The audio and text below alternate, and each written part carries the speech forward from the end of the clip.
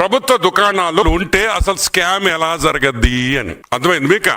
Shops private వాళ్ళే కాదు కదా, అన్ని గవర్నమెంట్ షాప్సే కదా.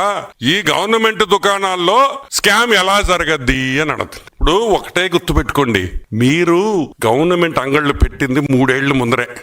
కరెక్ట్ గా మీ గవర్నమెంట్ వచ్చిన 6 నెలలకేమో మీరు దుకాణాలు పెట్టారు, గవర్నమెంట్ దుకాణాలు. తమిళనాడు స్టేట్ లో నాకు తెలిసి 25 ఇయర్స్ 25 ఏళ్లుగా టాస్మాక్ షాపులు ఉన్నాయి.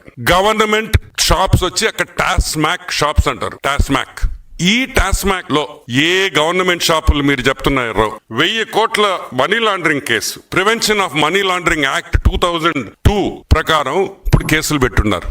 ఈడీ టాస్మాక్ మీద ఈ రోజు విచారణ చేస్తుంది. తమిళనాడు గవర్నమెంట్ షాప్స్ లో జరిగిన స్కామ్ ఇప్పుడు ఈడీ వెనకబడి ఉంది, తీస్తా ఉంది డేటా బయటికి. ఒక్కొక్కసారి అనుమానం వస్తుంది నాకు, ఏమో మీరే తమిళనాడుకి పోయి మొత్తం తెలుసుకొని వచ్చి అక్కడ ఇంత జరుగుతుంటే మీరు ఇంత చేశారా అనే అనుమానం కూడా ఉంది. ఈ రోజు టాస్మాక్ షాపులు ఏ గవర్నమెంట్ షాప్స్ లో స్కామ్ ఎలా జరగద్దని మీరు చెప్తున్నారో పోయి టాస్మాక్ అని గూగుల్ చేస్తే మొత్తం డేటా వస్తుంది మీకు. ఎంత స్కామ్ జరిగింది, 1000 కోట్ల పైన ఈ రోజు ఈడీ ఛార్జ్ షీట్ వేసింది.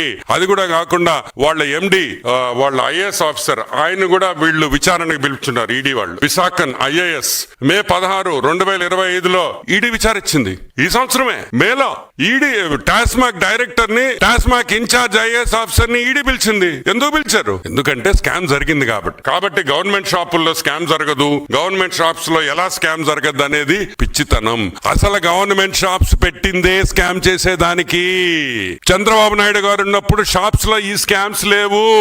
మీరు ప్రైవేట్ షాప్స్ ఉంటే బయటకు లీక్ అవుతుందని చెప్పి మీరు గవర్నమెంట్ అంగళ్ళు పెట్టి ఈ స్కామ్ చేసి ఇంత మందిని, ఈ బ్రాండ్లు పెట్టి ఎంత మందిని బలి చేశారనే విషయం మేము అడుగుతా ఉన్నాం.